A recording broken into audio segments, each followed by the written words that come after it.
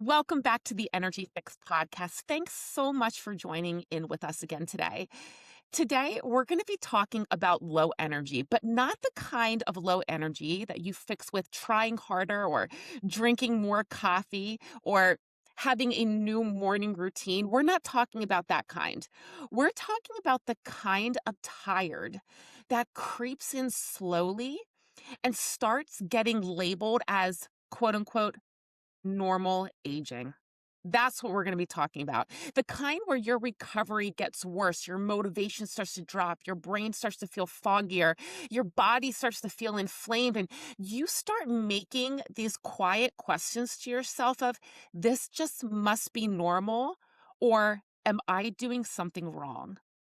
My guest today is Dr. Jerry Mixon. He is a physician with over 50 years of experience and the founder of Longevity Medical Clinic. After decades as a traditional doctor, he decided the whole model was really backwards. Waiting for disease to show up and then chasing symptoms. He wasn't having that anymore. For the last 30 years, he's focused on helping people move from decline to real, measurable improvement through hormone optimization, inflammation reduction, and cellular health strategies. He's also 78 years old and he runs 3 miles a day. He lives what he teaches, and you're going to see it. You're going to hear it. You're going to experience it on this episode today. So, this isn't just theory for him. This is lived experience. All right, Dr. Mixon, let's get into this conversation. Let's Okay. dive in. Thank you so much for being here. Oh, delighted to be here. I love talking about what I do, so why not?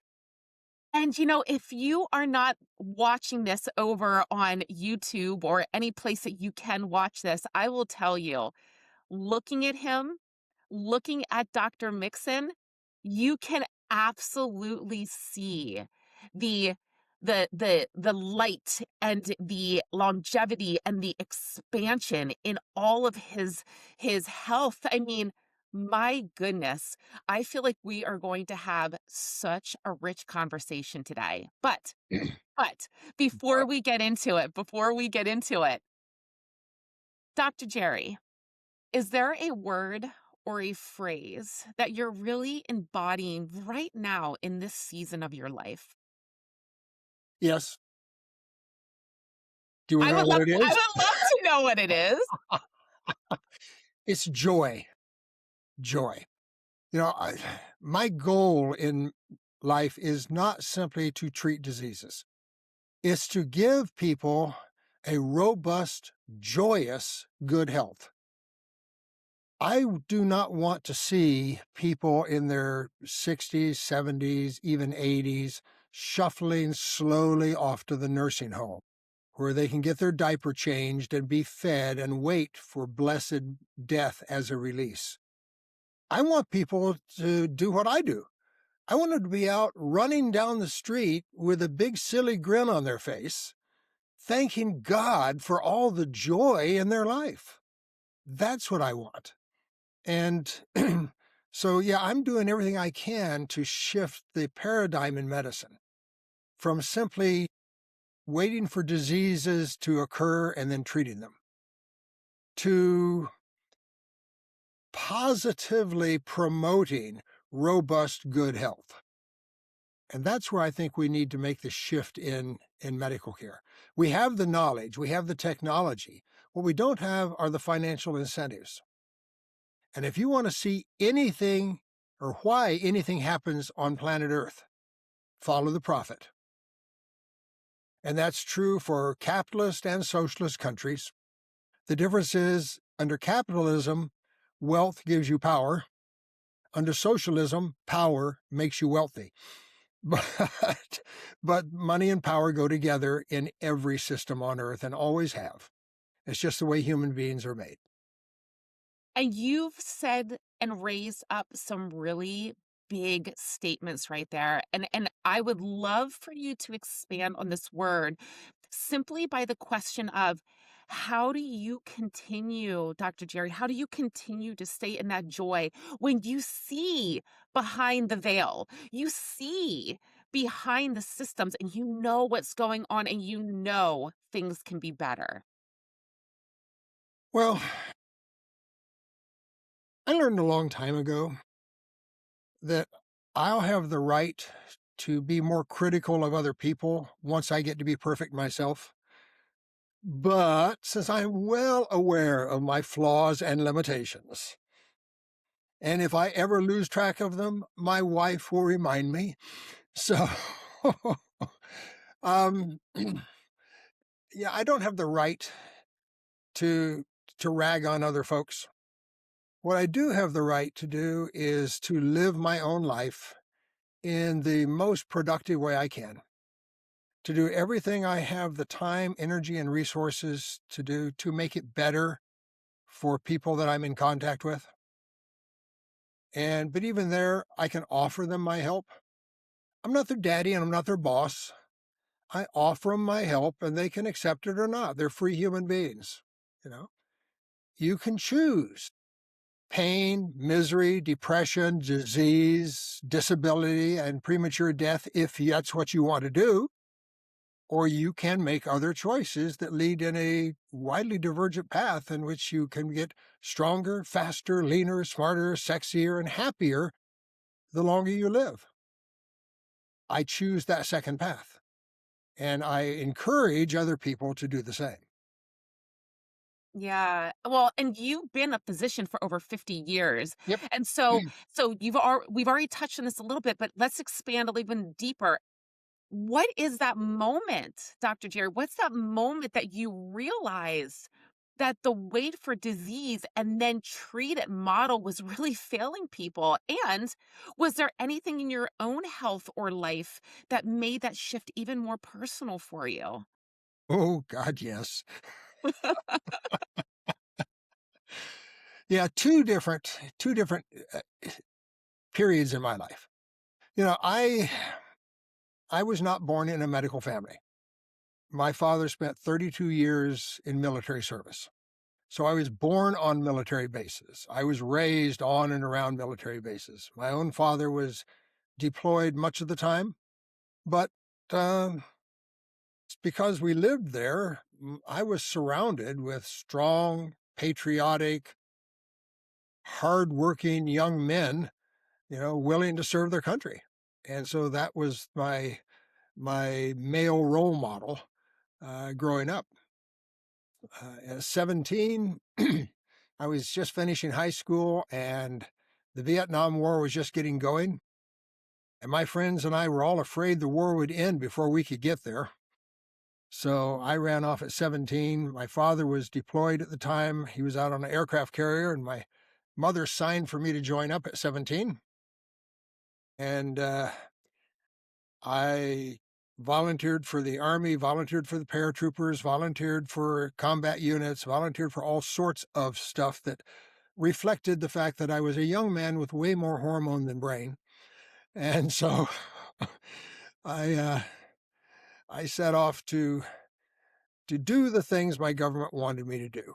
Now that involved extreme violence. Um, I have said I was a combat paratrooper with emphasis on the word combat. In the process of doing my job, I picked up one gunshot wound in the right forearm that cut most of my extensor tendons. I had 2 rounds through the left arm, one through the elbow, which makes it hard to fully extend that arm. I had a hand grenade mess up my left knee, threw mud and leaves and metal into the joint. I had a bullet clip my right ankle. I took one in the right thigh. In a duel with a Chinese 51 caliber round or caliber machine gun. He shot through the log I was hiding behind. Bullets skimmed down over my back and blew off most of the right side of my ass. I have I have little pock marks of small shrapnel scattered all up my left side, including one little piece of copper in the diaphragm under my heart. So, been there, done that. Um, yeah,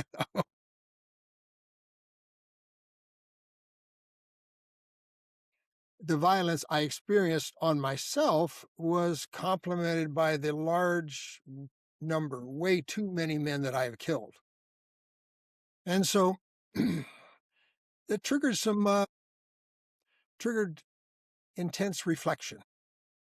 I had to decide what I wanted to do with the rest of my life. I was no longer fit for a combat soldier. Okay, what am I going to do? The only thing I knew for sure is I never wanted to have to kill another human being. But what else? And so that reflection led me to the belief that probably the highest calling I could take was to become a physician and spend my life helping other people to have less pain and more function. Because at that time, the reason I described all those multiple wounds is I had a lot of pain. I hurt every hour of every day of my life in those days. So, I started off doing what I have described as the shittiest job in America. I had no skills, so the only job I could find in Long Beach, California, was at the shipyard where the ships were not supposed to dump sewage in the harbor, but they did. And so I had a 14-foot leaky wooden rowboat, a 55-gallon drum and a net, and for $1.72 an hour, I rowed around the harbor scooping up shit and putting it in the barrel. Now, you see why I said I've had the shittiest job in America. I did that in the daytime. I started at Long Beach City College at night because my high school experience was not all that academic. I spent most of my high school surfing, skiing, and chasing girls in no particular order. And then that got me into Long Beach State College, which got me into the University of Utah, where I picked up my first degree in microbiology, and then I stayed for my doctorate in medicine. And then went to Wisconsin for internship and residency and became a country doctor for 21 years. I did major surgery. I delivered hundreds of babies. It was my privilege to hold brand new life in my arms, to be the first person to touch this child before I handed it to its mother. And at the other end of the spectrum, being a country doctor, I served in a tiny little town that had 2,500 people and one stoplight in the entire county. So we gave directions to anywhere in the county from the stoplight. Sometimes at the other end of the spectrum, I was the only one to sit and hold someone's hand or even crawl up on the bed and hug them as they left this world and died. So, and in between, I did everything I could for everybody that came through my door, often 40 plus people a day. So that was my early experience in medicine. And then I did that for 21 years. But those 70 plus hour work weeks where I 13, 14, 15-hour work days cost me my first marriage. And so at 50, I was burned out. I was fat. I was depressed. I could not have run around the block if my life depended on it. I wish I had the capacity in this podcast to show you photographs of me at 50. I was round. I had a round face and a round body. Okay. I was a normal, sedentary, overstressed, overeating American physician. And so that became the second great aha moment of my life. I was at an endocrinology meeting and I met a physician there from Brussels, Belgium, who was treating the aging process for rich people. Now, he was charging, I forget exactly what, $35,000 a year or something for his consultations. Yeah. So you notice the lights just went off in my office. We have these darn things that if I'm not moving, Yeah. lights go off. Fortunately, I have lights on my computer. Uh, No worries, no so worries. anyway, you can still see me. You just can't see Yes. my beautiful office. Yeah. Um, so as I was chatting with him, we went to lunch, we went to dinner. I listened to what he was telling me about what he was doing for the aging process in very rich folks. And as I listened to him, it became clear to me that one of us didn't know what we were talking about. But I was afraid it might be me because what he was saying seemed reasonable, unusual, not what I was doing. And I kept coming back to, well, if we can really do these things, why aren't we all doing it? But afterwards, I went home to my country family practice. And about 3 nights a week, I ended up driving 2 hours to the city to hit the medical library and pulling papers until 2 in the morning, which is tough because I didn't finish my workday till 9. Then I drove till 11. Then I pulled papers till 2. Then I drove back home and worked again the next day. It was exhausting. But as I pulled the papers, I started realizing he was right. The knowledge base was there to make a big change in what we're doing and to do it better. And so I decided that if I could bring this to the middle class, if I could get the cost down from his $30,000 to $40,000 a year to, to less than the average American spend on their automobile in a given year, there should be a market for it. Insurance was not going to cover it because insurance does not treat aging because aging is not considered a disease. Aging is considered a normal process. So they will treat the diseases associated with aging, dementia, degenerative joint disease, cardiovascular disease, diabetes, kidney failure, strokes, etc. But they won't treat the underlying factors that lead you there, which I always thought was a bit bizarre because anything that kills 100% of its victims should get the attention of physicians. And old age kills us all. So some sooner, some later. So I decided I'd try and make that my new focus in life. And that's what led me to longevity medicine. I opened my first longevity clinic back in 1997. And I now have 3 clinics with 10 physicians who work for me. And we're doing very well.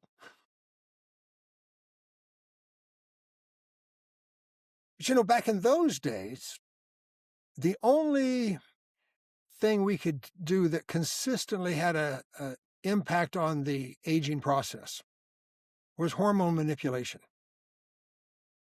We knew for sure that the hormones were tools our bodies used to carry out specific functions.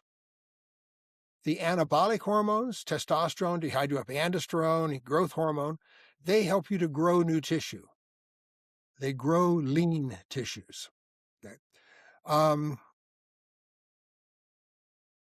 The neurotransmitter hormones, things like acetylcholine is a precursor. Again, testosterone, DHEA, pregnenolone, progesterone, estradiol, these all are involved in adolescence and preparing our bodies for reproduction. So we call them sex hormones. But after about 20, their primary function is no longer on sex, it's on brain function. The pregnenolone, progesterone, those hormones and their derivatives help you to sleep well at night. They decrease your stress, anxiety.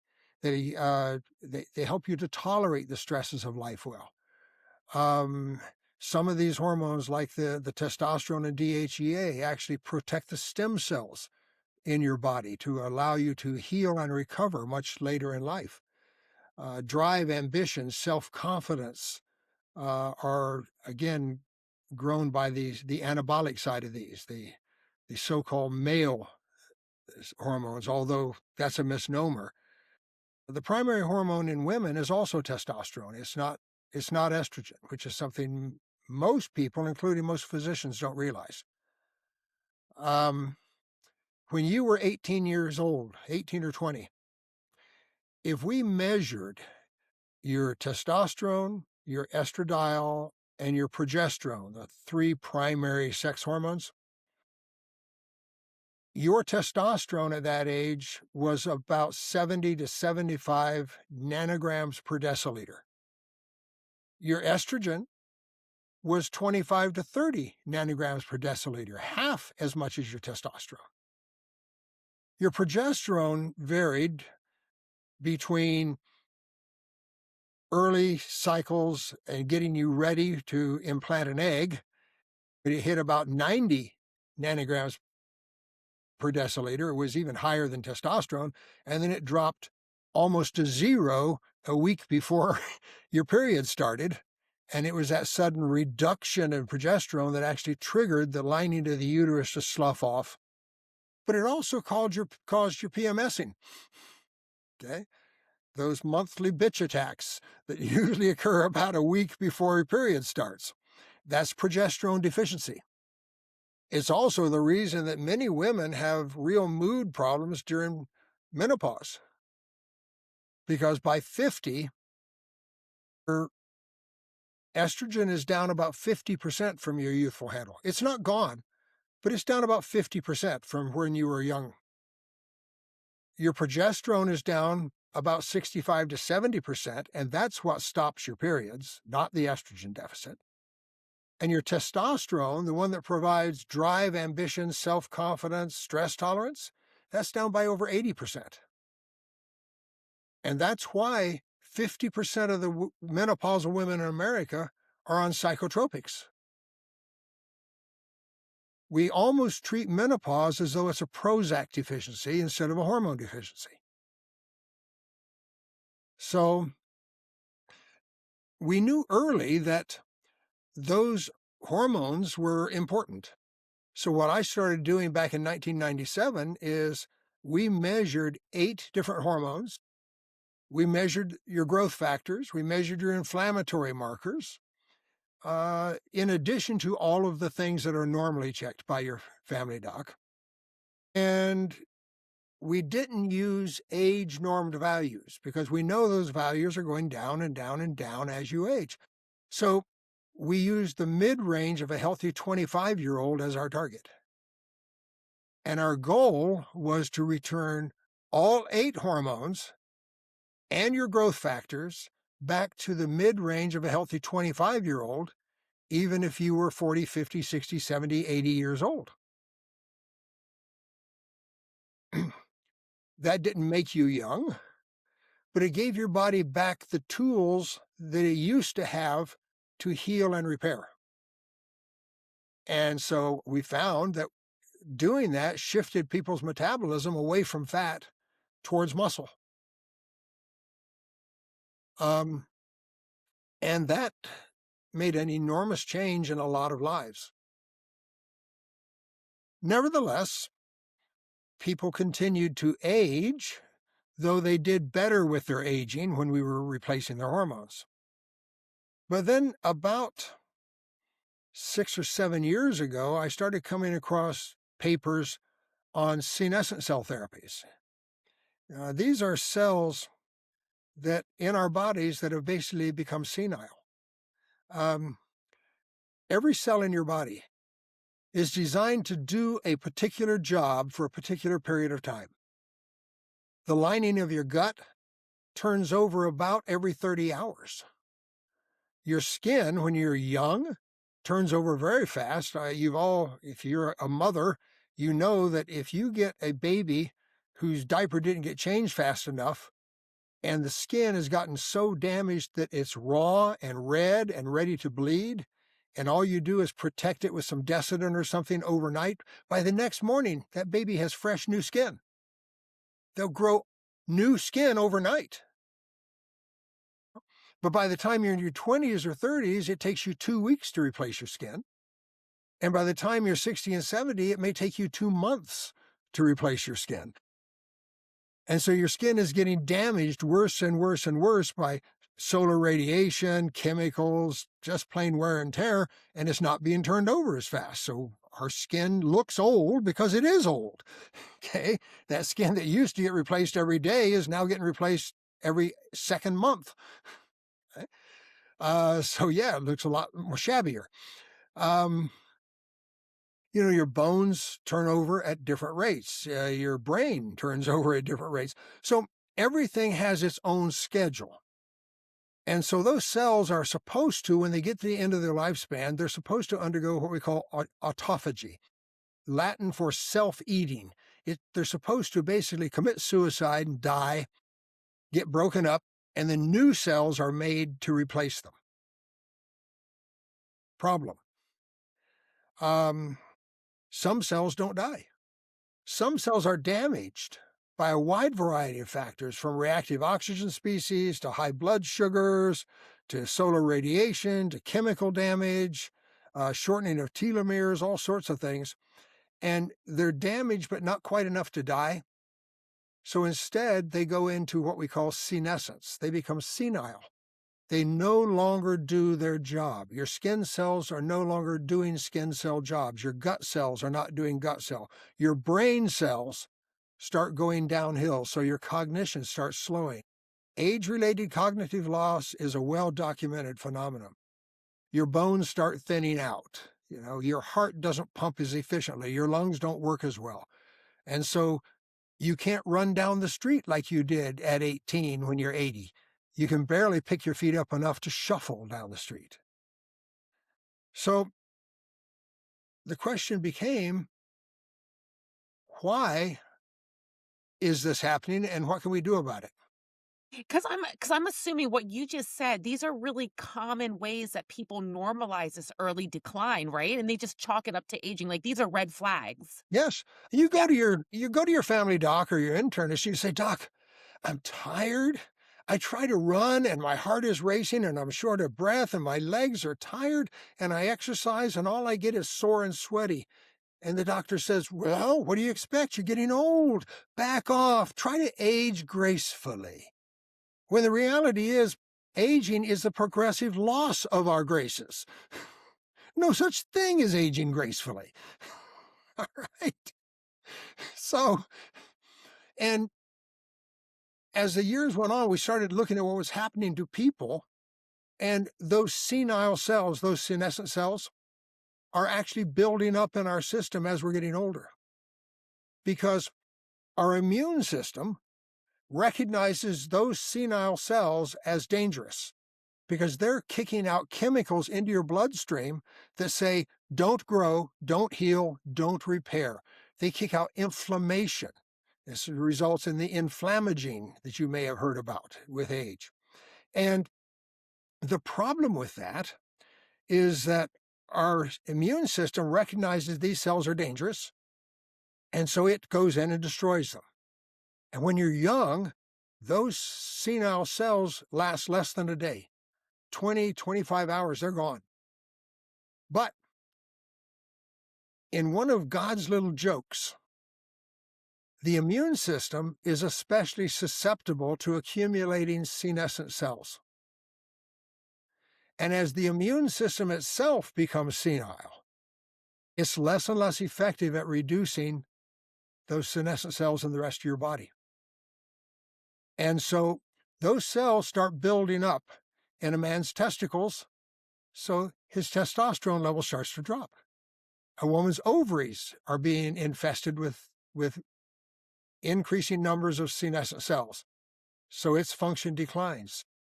Your thyroid is not working as well. Your adrenals are not working as well. Your pituitary, your hypothalamus, every gland and every tissue in your body is accumulating senescent cells with age, and they are actually preventing healthy cells from healing and repairing, because just like the zombies in the movies, these senescent cellular zombies, by producing the chemicals they produce, they actually turn healthy cells into senile cells. And so, like the zombie movies, the zombies make new zombies. Well, the senile cells make new senile cells.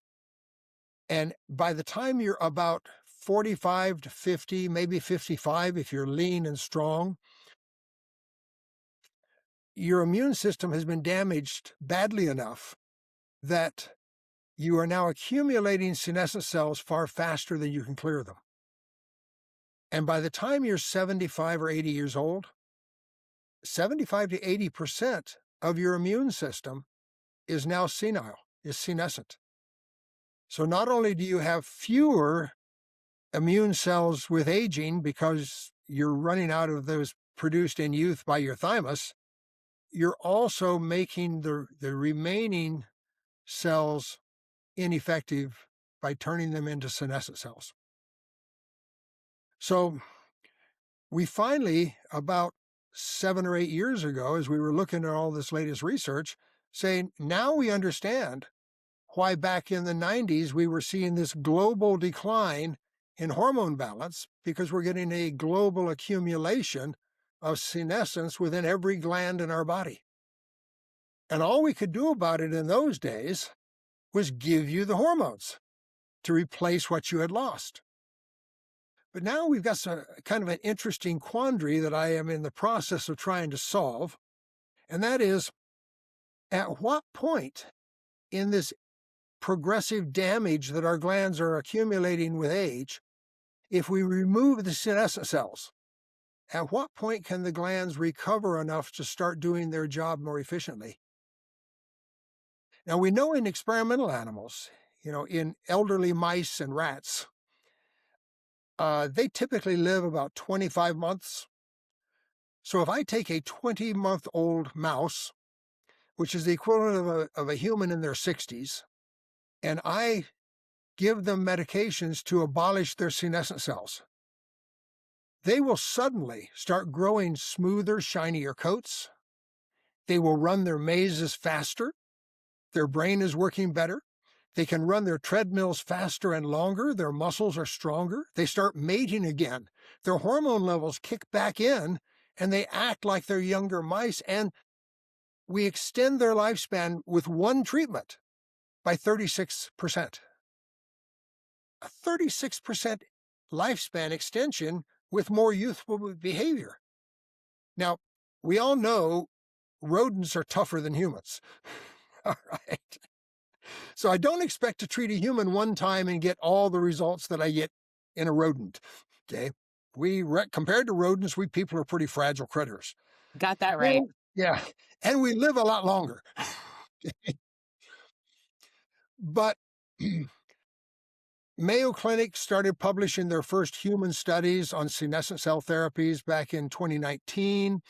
They treated people who had idiopathic pulmonary fibrosis. This is a 100% fatal disease in which you start laying down scar tissue and fibrous tissue in your lungs, and you slowly, over a period of a few years, suffocate to death. Well, since the NIH, National Institute of Health, will fund research into diseases, not into aging, they got funded to say, what happens if we treat senescent cells in people with this fatal disease? Well, they treated people 9 days over 3 weeks. They treated them 3 days a week for 3 weeks. And then they just measured to see what happened. Now, it didn't fix their pulmonary disease. That scar tissue, once it's there, is scar tissue. It's not going away. But what did happen is these old folks that were suffocating were suddenly able to stand up and walk further and faster. And their grip strength improved, and they felt better, which was pretty amazing. So the next studies they did were on diabetics with kidney failure. And they found that just 3 days of senescent cell therapy dropped the chemicals produced by these senescent cells that are recruiting other senescent cells and poisoning us, dropped that chemical production by 30% in 3 days. Now, those chemicals we refer to as the SASP, Okay, SASP, senescence associated secretory phenotype. That's, that's what it stands for. So these are the destructive chemicals produced and released into your system by the senescent cells. Well, I was fascinated by this, obviously, because it's what I do for a living. You know? And so about 4 years ago, we started treating a few of our more adventurous patients and myself, and most of my doctors, by the way, wanted to get treated um, with intermittent senescent cell therapy. And if you tolerated the drugs, because the drugs are potent, okay, these are medicines that were actually designed to treat chronic lymphocytic leukemia. And those drugs are the senescent cell therapy that you're speaking of? Yes. Okay, yeah, so specifically just those That was drugs. the early well, that's the earliest drugs that were used, and they were the most widely documented, so we know the most about them. They're drugs that have been on the market and used in humans for over a decade. So we know the side effects, we know what to watch for, we know the ups and the downs, and so and instead of taking it every day for years at a time like the leukemia patients, you give it to the patients for 2 days or 3 days, and then you give them a break. And you get 2 or 3 days, you give them a break. Okay. So when you give it intermittently for short periods of time, you get very low side effect profile. Okay. Because the leukemia patients, A, they're sick to start with, and B, you're giving it to them 7 days a week for, years at a time. Okay.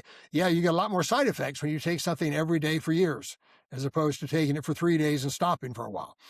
So, um, but what we found was our patients tolerated not just the drugs well as a group, a few had problems, but they got better. They felt better. Their joint pain started diminishing. They felt stronger. Those that go to the gym were able to work out more efficiently and make more muscle.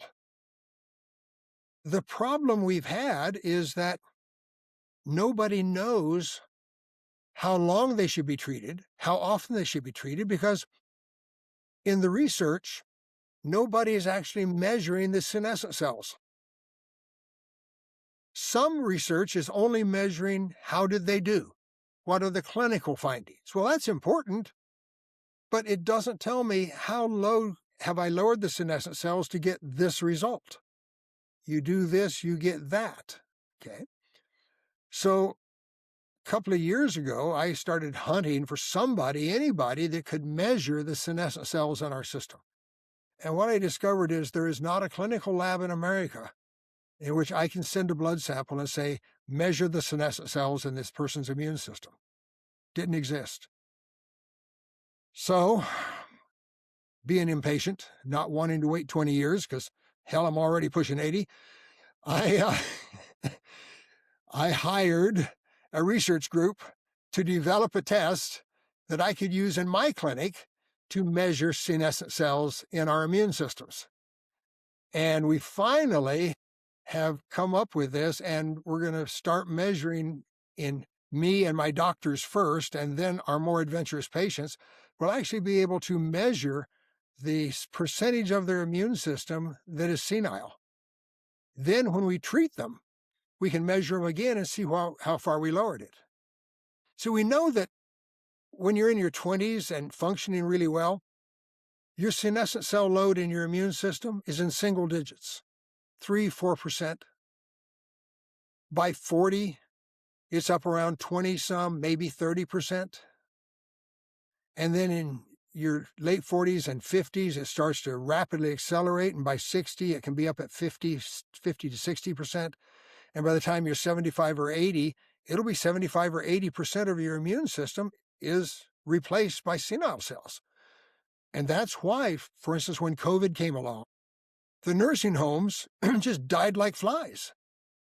These old people have no ability to fight a new unknown virus because their immune system just doesn't work. So I have been treated now for 3 years intermittently.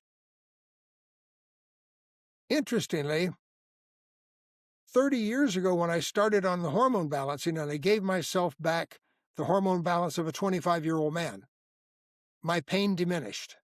all those old gunshot and shrapnel wounds and my joint damage. It still hurt, but not nearly as bad.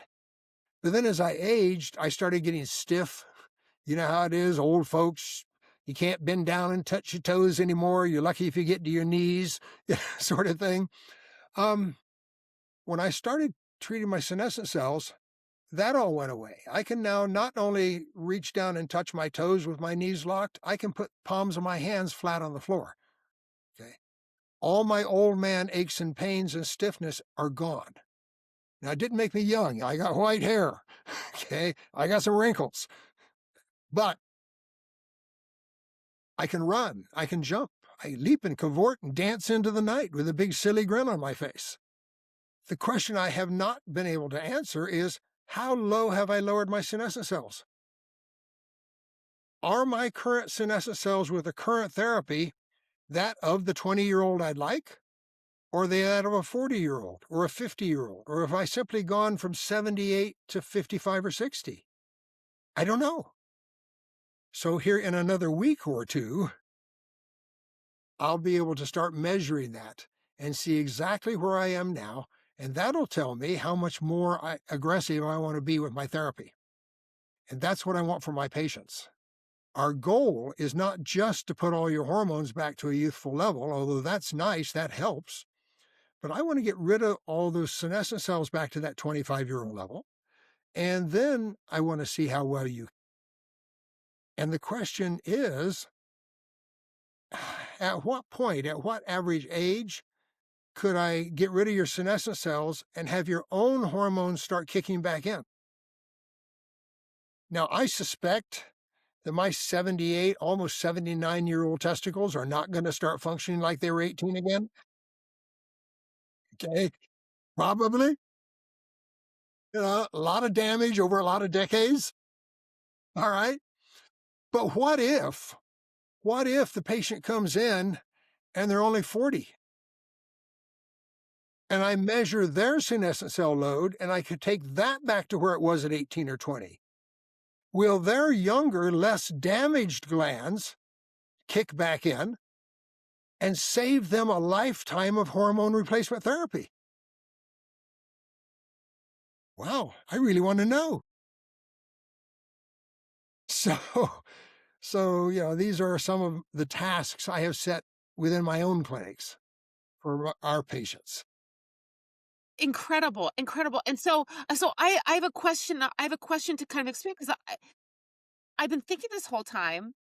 Well, okay, so what is this therapy? And you answered that what used to be with the drug cocktail that was given, but you specifically said that was years ago. That was from before. So Well, and currently, what are we looking that's at? the one that is still mostly used because it's got the most data behind it. Because we've given it to people for years and years and years, and we know the side effects, we know the ups, we know the downs. But there are other things that are on the horizon that are not yet either approved by the FDA for doctors to use at all, or there are some supplements that we think have a good chance of being maybe not quite as effective as the potent drugs, but they would have a lot fewer side effects. And I could give to people that don't tolerate the prescription drugs. And so one of the early tasks we will be carrying out here over the next few months is to take those patients of ours who did not tolerate the dasatinib, which is the potent chemical, who did not tolerate dasatinib, and instead try them on some of the supplements and measure their senescent cell load before and after therapy and see how effective these supplements that are being promoted as maybe effective actually are. And what are some of those supplements? Are you even able to talk about that yet? Well, of course, I can talk about them, but I don't know if they work for yet. So, Sure, right, yeah, yeah. I'm not going to tell people go out and try it because, for one thing, you go home, you out, you buy the supplements, you take the supplement. If you feel better, is it placebo effect? Has anybody measured your senescent cell load before you took it? Did anybody measure your senescent cell load afterwards, after a week or two or three? The only clinic in the country right now that can measure that is mine.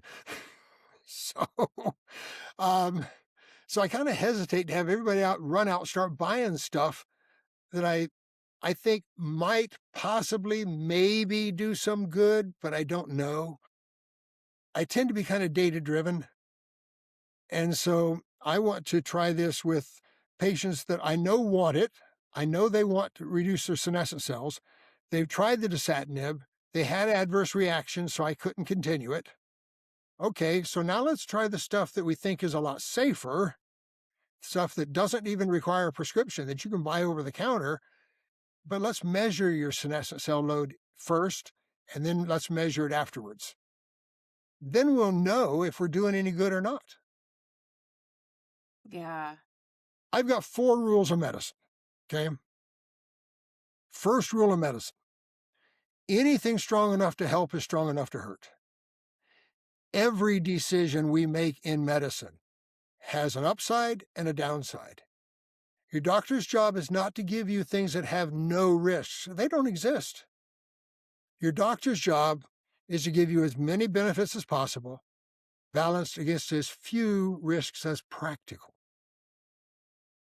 Second rule of medicine: proper dose of anything is just enough to do the job, because the higher the dose, the higher the risk.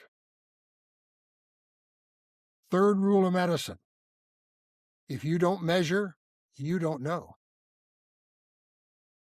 When I'm dealing with human lives, I want to know. That means I measure.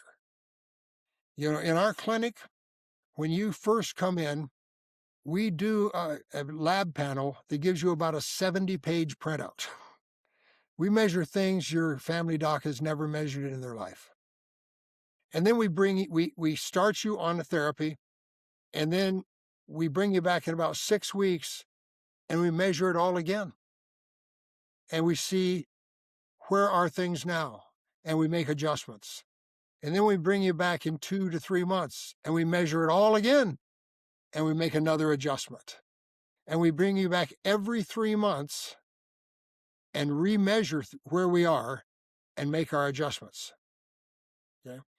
And if you have any trouble in between, we don't wait for your 3 months. We bring you back right away and check what we need to check.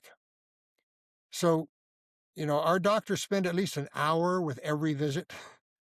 There's no 5-10 minute visits. And we're obviously watching people very, very closely, because what we're doing is on the cutting edge of medicine. And so we're very cautious and very careful. And so I'm doing the same thing with the senescent cell. You know, my more adventurous people signed a release saying, you know, these drugs, here are all the potential side effects we found from using it for years and years. We don't think you're at such risk because we're only going to use it for X number of days this frequently, but you need to know, sign off, promise not to sue me, you know. Um, So about it, let's before we go on, let's talk about the sure. whole lab thing, because you emphasize the how critically you and your colleagues look at the labs, and you get people back into. I want to talk about the lab problem. You know, this is so interesting, because I just had a conversation with one of my older clients the other day, where she's been having some issues, and I said, you need to talk to your doctor and find out. She just happened to be going for blood work, and I said, you need to talk to your doctor and look at some of the specifics in the levels of what we suspected might have been off. And she came back to me and she said they said everything was fine, and I said, were they fine, or were they just on the low edge of fine? And she's like, well, that I don't know. And so I would love for you to talk about the difference between these normal labs, quote unquote, and optimal labs. And why do you think so many people get told that they're fine when they feel anything but fine, Dr. Jerry? Okay, normal. The definition of normal in medicine is everything within 2 standard deviations of the mean. So if we want to know what normal blood pressure is, we measure the blood pressure in 5,000 people of different ages, and we find the statistical mean, and now we go 2 standard deviations out from that. And that encompasses 95.6% of the population. The bottom 2.3% is considered abnormally low, and the top 2.3% is considered abnormally high. Everything else is normal. And normal changes with your age. Because young people's bodies function a hell of a lot better than old people's bodies. And so what's normal for an 18-year-old is not normal for a 70-year-old. Right? And so the question is, what are you looking for? And so we have selected the normal range for a 25-year-old as our target. Because what we tell people is normal's great when you're 18. By 40, normal's got drawbacks, and by 60, normal stinks. Right? And beyond 60, if you're normal, you're in deep doo-doo. That's just all there is to it. I don't want to be normal. What is normal for my age? You know? Am I supposed to have a 13-year-old daughter at home? No, but I do. She was born when I was 65. Okay? Am I normal to get up at 5 this morning, have my wife fix me a nice breakfast? I drop down on the floor, I knock out my first 70 push-ups for the day, do my squats, go out on the trail, knock out 3 miles, and then come to work.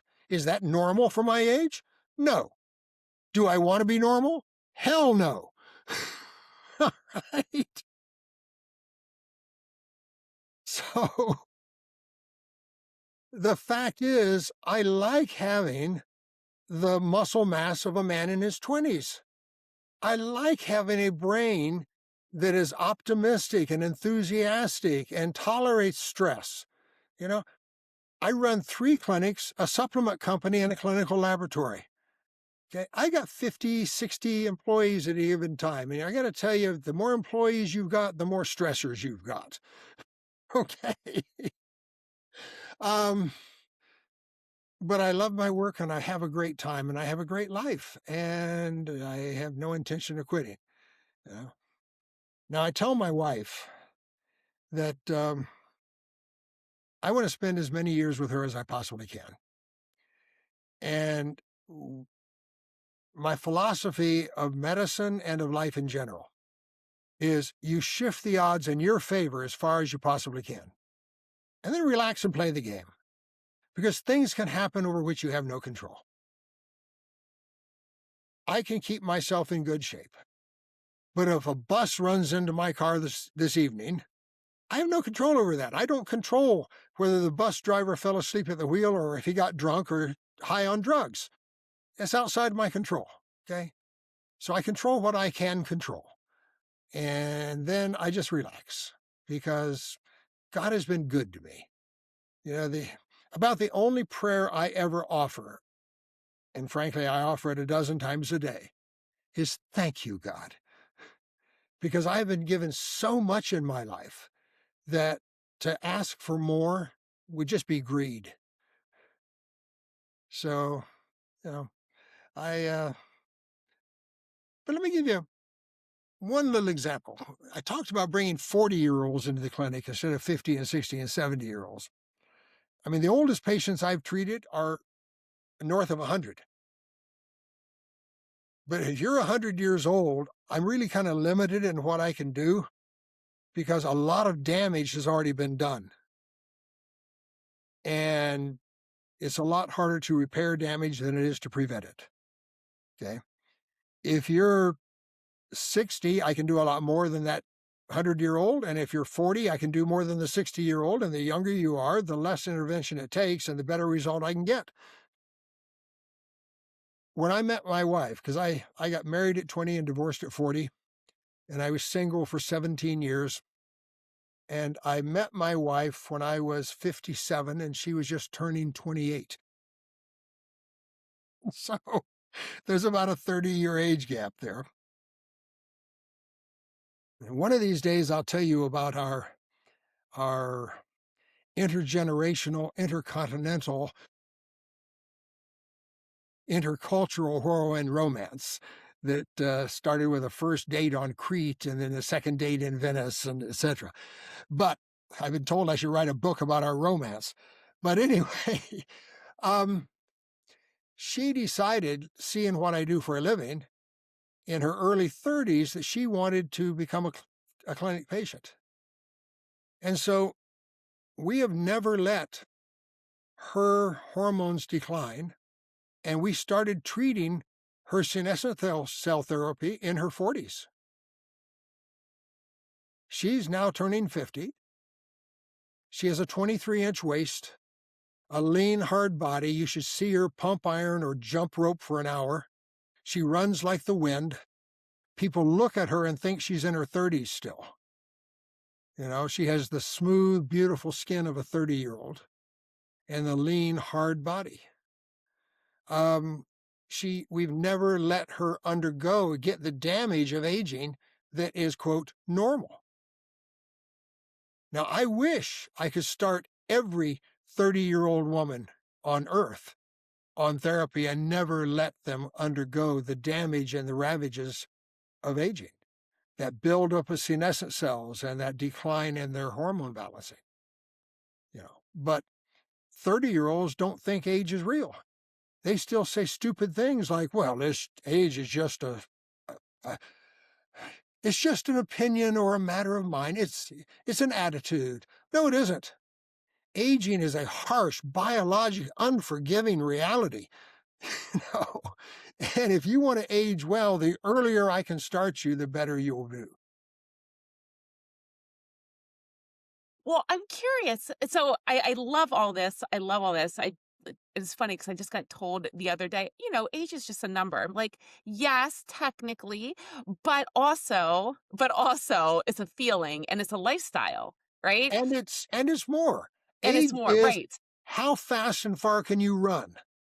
How much can you lift? How many times a week are you making love?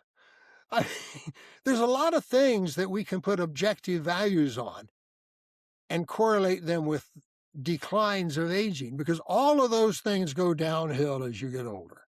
Yeah. Yeah. Yeah.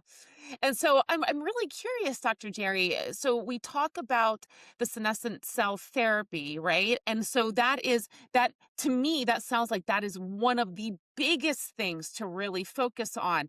Yeah. But if people don't have access to that right now, and they're looking at the current things that they can do in regards to longevity, more energy, feeling amazing, but also knowing that maybe they need to get testing and to know exactly what to test and so forth and so forth.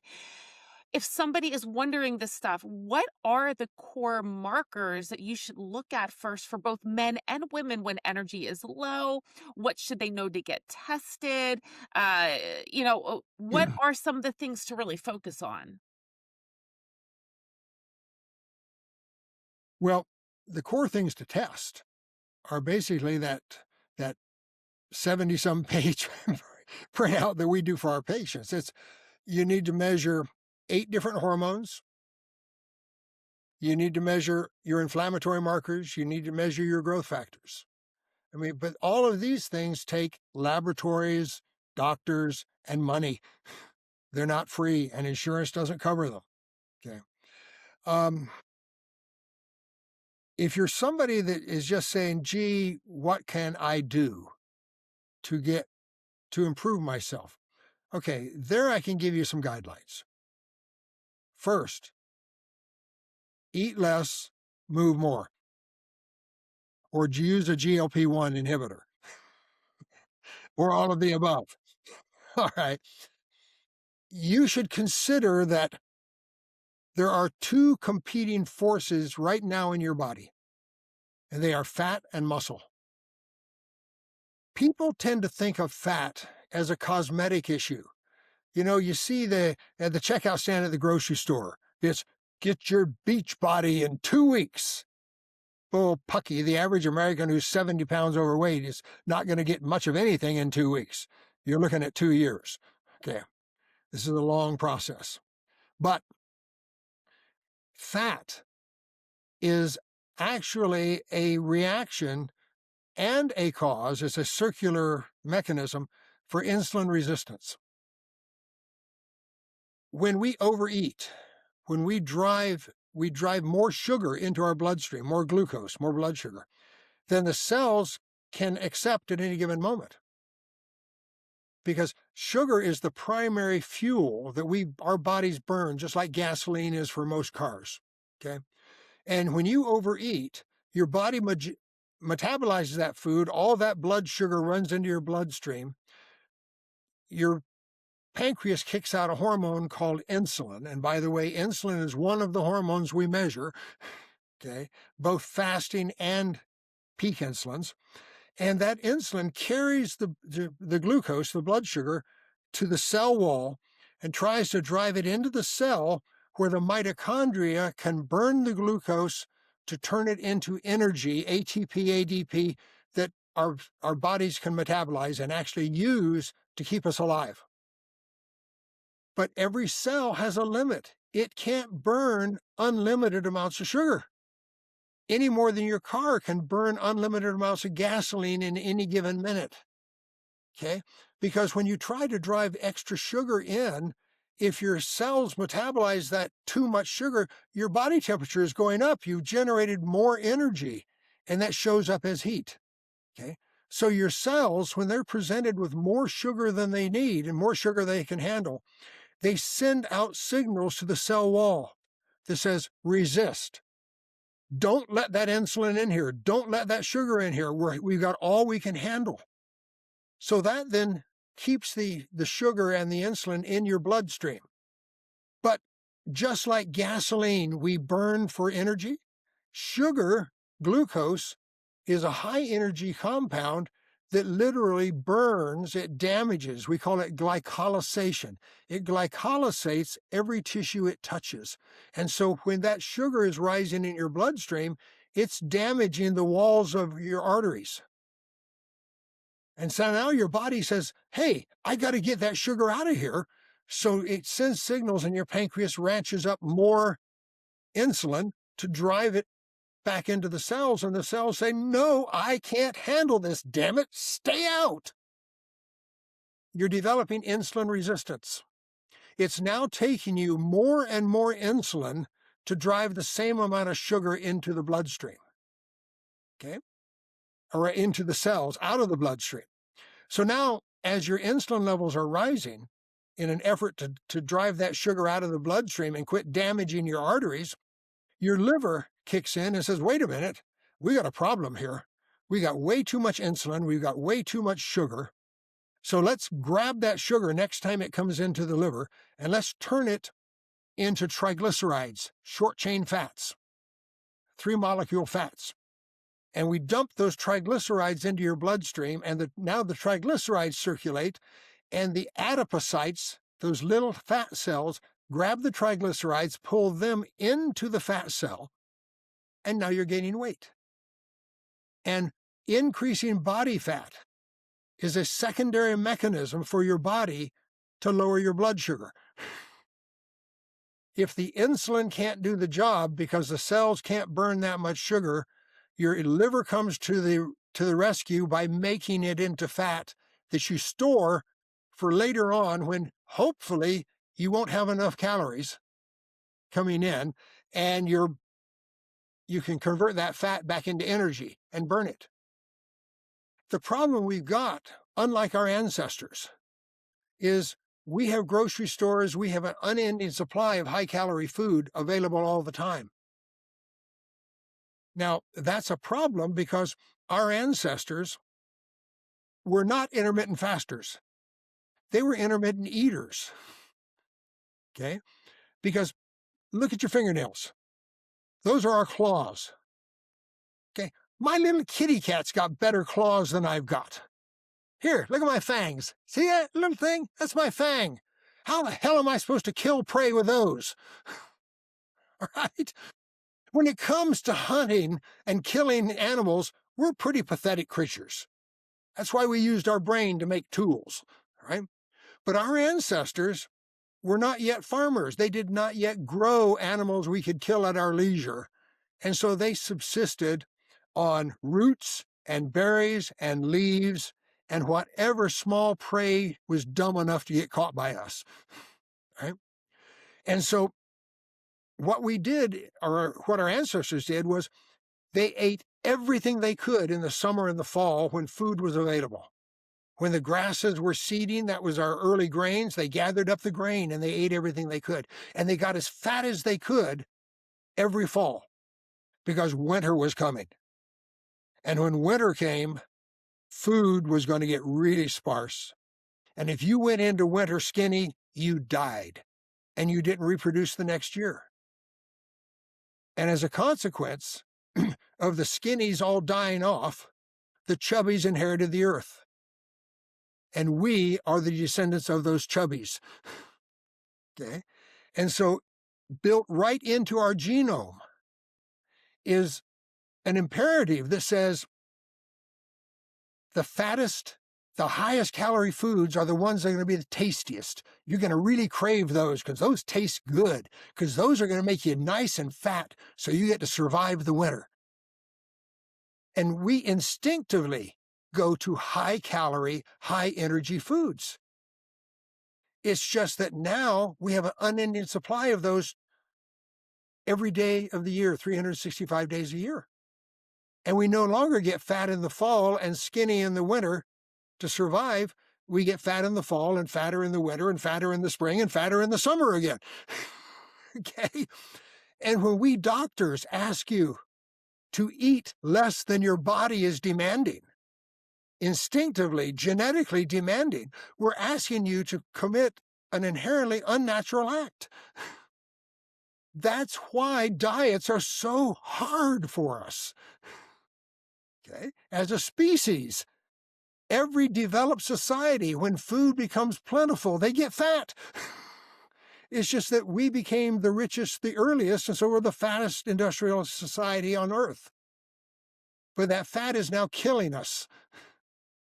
It's causing heart attacks and strokes and diabetes and dementia and osteoporosis. So we need to get skinny. But the traditional methods of saying, well, just eat less and, use willpower. No, because you're fighting a primary drive. It's not your fault. You're doing what your genetics demand you do. But giving me back the hormone balance of a 25-year-old man means that when I exercise, I make muscle like a young man. Well, guess what? Muscle burns 5 times more calories than fat. So that puts my energy expenditure equation back into gear. When I damp down my senescent cells so that I make the hormones that I need to make, I kick in gear. Let me digress to an earlier point, just for fun. I know I'm taking a lot of your time. I'm sorry. But I love what I do. I love talking about it. I can't No, help this is fantastic. I love, like, you're just rolling with it, and you are this conversation is so intriguing. I love it so much. So you go right ahead, Dr. Jerry. All right. Um,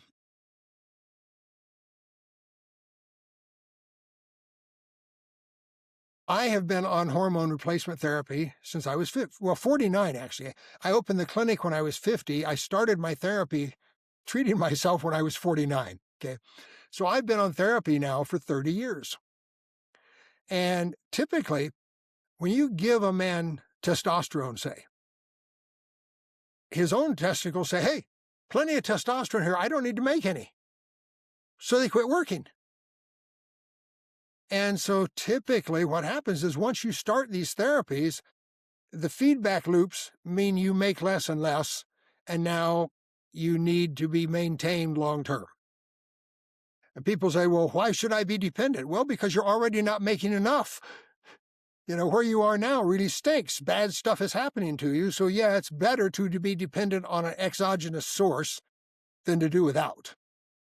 But what I've discovered over the last 3 years, and it's kind of driving Dr. Umat, my medical director, who is also the doctor who treats me, drives both her and I a little bit bonkers, is that we've had to be cutting my testosterone supplement lower and lower and lower over the last 3 years, because it appears that my aged, damn near 80-year-old testicles may not be functioning like they did at 18, but they're functioning better than they used to, despite the fact that I am on testosterone supplementation, but I'm needing less and less of it as time goes by because I'm producing more and more of my own Because of the senescent cell because I'm therapy. wiping out the senescent cell therapy and my Yes. testicles are recovering. Yeah. Okay. Now, I don't think they're going to recover to 18, but they're recovering better than they were. Okay. So I take what wins I can get in life. you know. So, yes, you know, when I was 20, I was 6'4". I'm 78. I'm almost 79. I turned 79 here in a few months. I'm still 6'4". I haven't shrunk. That age-related compression of my spine has not happened.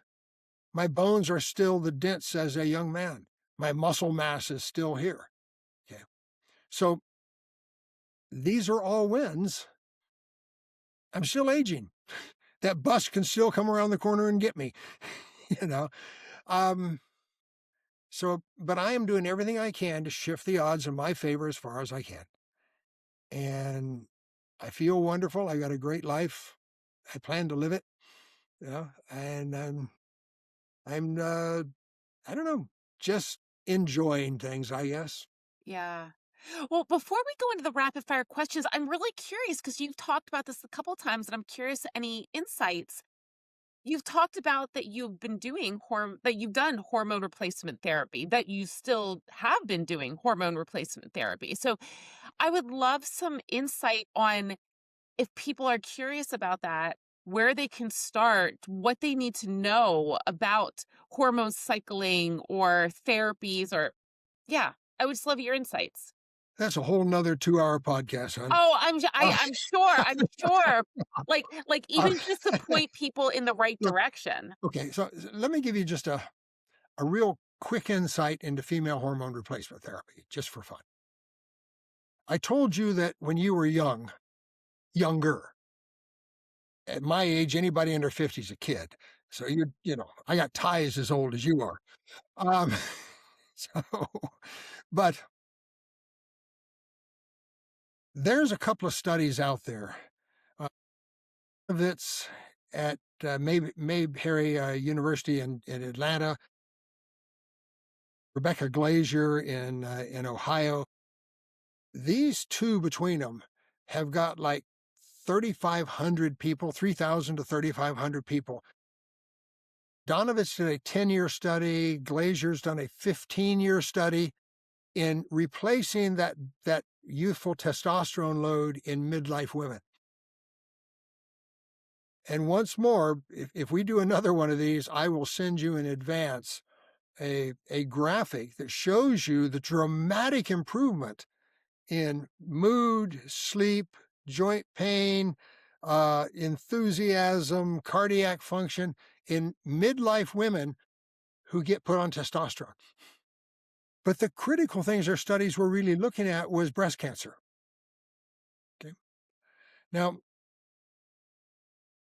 breast cancer, like most cancers, doesn't start off as a cancer.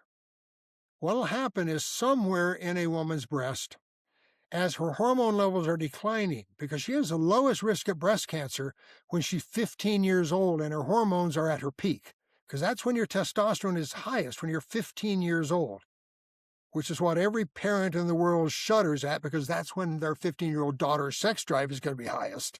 And we're saying, please, please, no, honey. But yeah, biology doesn't care about what we think. It just is, okay? So, but her breast cancer risk is at her lowest when her testosterone is at her highest. So somewhere in your 30s, probably, as your testosterone is starting to drop and your estrogen is starting to moderate just a little bit, your breast tissue develops some atypical cells. Now, they're not cancerous, but they're not completely normal. They just show a few odd characteristics. But the atypia over years gets worse and worse and worse as those hormones are continuing to decline. And at some point, they develop what we call dysplasia. And dysplastic cells we can sometimes see on a high-resolution MRI. But dysplasia is still not cancer, but it's getting nastier looking. And at some point, A few more years up the road, one or more of those dysplastic cells will become malignant. Now it's an overt cancer. But it's one cell. We can't find one cell. It's too tiny. It's in there with billions and billions of breast cells, hidden. So it divides and it grows. And its turnover will be anywhere from, it'll double every 30 days if it's a faster growing cancer, to every 100 days if it's a slow growing indolent cancer. But on average, it will be 5 years after that cancer starts before it's big enough for us to find it on a mammogram. So when a woman discovers she has breast cancer, she's had that cancer 3 to 5 years, maybe as long as 10 years if it's slow growing. So it didn't just start when we found it. It's been there for years. So this is important for what I'm going to tell you now about Glaser and Donovan's study. They took women at an average age of 54, and they put them on testosterone pellet implants. I like to use creams because I can adjust the dose on any given day, but they put them on pellet implants that would be secreting testosterone into their system for a 3 to 4 month period. And that meant they knew the women got the drug because they put it in surgically through a puncture in the skin, and you couldn't get it out, and it's secreting testosterone for the next 3 months when you bring it back and you put a new one in, okay? When they did that with these women, over a 10 to 15-year period, they had an 80% reduction in breast cancer. 80%. So the women that showed up every 3 months to get their new implant had an 80% reduction. The women that just got their implants occasionally and were not reliable, they still cut their breast cancer in half. The reason I bring that up is that 80% reduction in breast cancer, and they didn't start until their mid-50s. And we know that you had that cancer for 3 to 5 years before we found it. And when you look at the data, when the women found their breast cancer, 90% of the cancers that were found were within the first 4 years after they started therapy, which meant almost all of them had the cancer before they started the therapy. And even at that, there was an 80% reduction in the cancers we found over a 15-year period. What would happen if instead of waiting and starting this therapy in their mid-50s, we started it in their 30s like we have with my wife? And whenever they first started to decline their levels, we gave them just a little touch to bring it back up. And we measured them every 3 months as the decades go by, and we slowly tweak their levels as we need to. And now with our newer therapies, if we never let them build up senescent cells to kill their ovaries, so they needed the tweaking in the first place, that their ovaries and their thyroid and their pituitary and their adrenals all kept functioning like a younger woman. You see the opportunities we've got here. But that's going to require we dramatically change the incentives in medicine. We need a medical care system that rewards doctors for promoting good health, not for treating disease.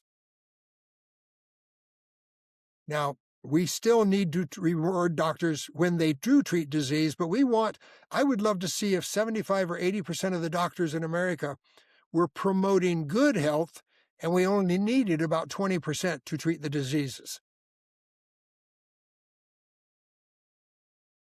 And I have hope, because who's at the head now of the FDA? Fellow by the name of Bobby Kennedy, right? Have you seen pictures of Bobby? Yeah, I'm Yeah. a Bobby See fan. pictures of this 71-year-old man without his shirt? Those biceps and those shoulders are not normal for a 71-year-old man. Bobby Kennedy is being treated by somebody like me. Okay. He's on the hormones. He's on the peptides. He's got all the advantages that I'm giving my patients, except his doctor's probably not yet doing senescent cell therapy. So when I see the guy ahead of the FDA who's getting hormone replacement and peptide therapies, I'm encouraged. The changes to the system might be headed our way. I hope. Oh, wow. It, this is this is such an amazing conversation. So inspiring to just put it out there that we can take back our health. It is possible, and you do not have to succumb to what you think is the norm in aging and in conversation. Yeah. So, yeah, so beautiful. But back to your question. What would I tell people to do? Yeah. Lose weight. You have to fight that yes, we are descended from the chubbies who inherited the world, but we still need to get lean. So use every tool available. And every doctor in America now is writing GLP-1s. And if that's what you got to do, do it. But find a way to shift your diet to lower quantities of lower calorie, higher fiber, more slowly digested food. And the second is do what you need to do to get moving. If all you can do is take your little tiny Pekingese and walk 2 blocks a day, then get out and walk 2 blocks twice a day. If you can walk faster, walk faster. If you can jog, jog. If you can walk a block and jog half a block, walk a block and jog half a block. If you can walk a block and jog 2 blocks, do that. Over time, ramp up. Do more, eat less. Right? Whatever it takes. Because I told you about fat. Excuse me if I steal 5 more minutes of your time. I'm going to tell you now about muscle. Muscle. While fat produces more than 50 adipokines that are destructive and trying to kill you, working muscle produces over 600 peptides, enzymes, and growth factors that kill cancer, that make muscle, that grow brain cells. Okay? So working muscle, the more muscle you got and the more vigorously and frequently you work it, the better chance you've got of living a long, happy, robust life. So muscle good, fat bad. And if you can't afford a doctor, okay, you can afford to eat less and you can afford to move more. And I know people say, well, it costs more to buy really healthy food. No, it doesn't. But, potatoes and veggies are cheap. Okay. Dried beans, legumes, you buy them in a little bag. They're $1.49 and that'll feed you for 3 days. If you eat high fiber, calorie, not dense foods with good protein loads, it's not expensive. Yeah, chocolate tastes better. I love ice cream. Give me a hot fudge sundae any day instead of beans, but I eat the beans. And I indulge in the hot fudge sundae maybe every 3 months. So, but move more, eat less, because muscle is protective. It protects your brain, it protects your heart, it protects your lungs, it protects your kidneys. Get rid of the fat, that's destructive. Build the muscle. Do what you can do. Start where you can start. Mm, I All right. love it. I love it. All right. All right, Dr. Jerry, before we figure out where people can find you and resources that you have to help people on their journey, let's do a few rapid fire questions, just Okay. quick, fun questions to find out what you would do or what you would say. So, first one, what is something you do daily other than the running? Okay, you've already talked about that. So, that can't be your answer here. All right. What's something you do daily that would surprise most people for a 78-year-old physician? I hold my wife for an hour every evening. I love this woman with all of my heart. The greatest sorrow in my life is that I am 30 years older than her, and statistically, I'm going to leave her before I want to. Okay. But every evening after we send our 13-year-old daughter off to bed, or at least to her room where we have no way to make her go to sleep, we crawl up in our bed. I put my back against the headboard. I open my legs. She sits between my legs with her back against my chest, and I hold her skin to skin. And we stream a video and we talk. And every night we have an hour of just cuddling and holding each other skin to skin. And I can tell her how much I love her and how much I enjoy being with her every day. That's something that may surprise people about somebody pushing 80. Love that. Oh, I love that. All right. Question number 2. What is a health myth that you would love to just delete forever? Like you're tired of hearing about it? That exercise wears out your joints. Oh, that's one for me too. Oh, yes. Sedentary people develop joint pain far faster and to a greater degree than people who use their joints. Micro trauma, a little bit of trauma to the joint surface on a regular basis, triggers healing. It triggers repair. It triggers growth. And so, yeah, you don't want to beat the hell out of the joint to the point that you're in pain, but you want to use it and provide micro trauma on a regular basis that promotes the growth and healing and repair. For God's sake, don't try to preserve your joints by sitting on the couch. Doesn't work.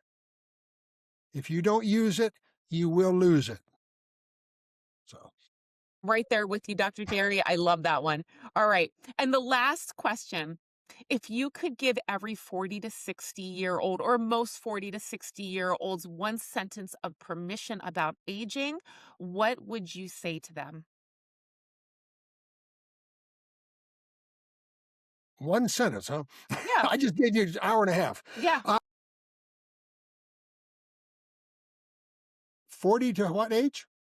40 to 60. 40 to 60. Okay.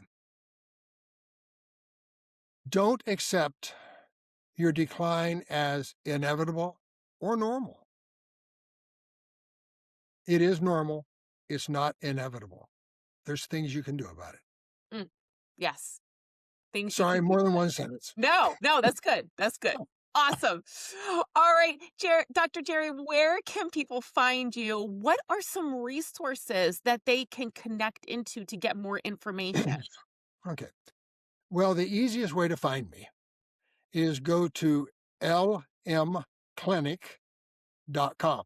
That means LM stands for Longevity Medical Clinic.com. So you can type in Longevity Medical Clinic or just lmclinic.com. You'll go to our website. Okay. The website will have videos. If you want to stream my radio show, because I do 4 hours of radio every Saturday, it's a doctor call-in show. We are just putting up on the site this week the link to the radio show so that you can, if you call in when the show is on, you can actually type in on your computer questions or comments live that we can look at and maybe answer your questions as we're going, or you can call us because we're also going to put up a phone number and you can call us and talk to us live during the show, or you can stream the show 24/7 for the following week. It's available for you to watch any part of it. You'll see things about our doctors, about our programs, the things we do. So lmclinic.com gets you a lot of information. I know we're getting to the end, but let me expand on that one more time. I was just talking to my company president yesterday and the day before. My goal over the course of the next year is to make that website the go-to longevity place for the country. I want to put stuff on there for casual folks that are just interested in exploring, for biohackers that are wanting to build up as much of their body they can on their own, and for doctors. So the presentations that I give to doctors at medical meetings, because I speak to doctors on a regular basis, um, you can actually see the presentations I give to doctors. So that's not all on there yet. There is a lot of stuff now, though. So go ahead, lmclinic.com. You could also go to Amazon or Kindle, and you can buy the Kindle version or the hardback version of my book. Um, it is called Lifelong Being Stronger, Faster, Leaner, Smarter, and Sexier at Any Age. So that book is a few years old. It doesn't have senescent cell therapy in it yet. I'm just starting a new book that will contain the senescent cell therapy. But I do have a book that's written for lay folks, not doctors.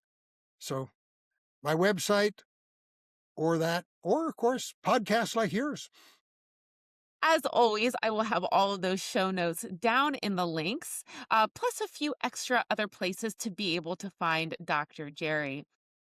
Dr. Jerry, do you have any last words that you would like to lay on the hearts of the listeners for today? Spend a life of love and joy. You know, find someone you love and do everything you can to make their life as good as you possibly can so that they'll love you in return.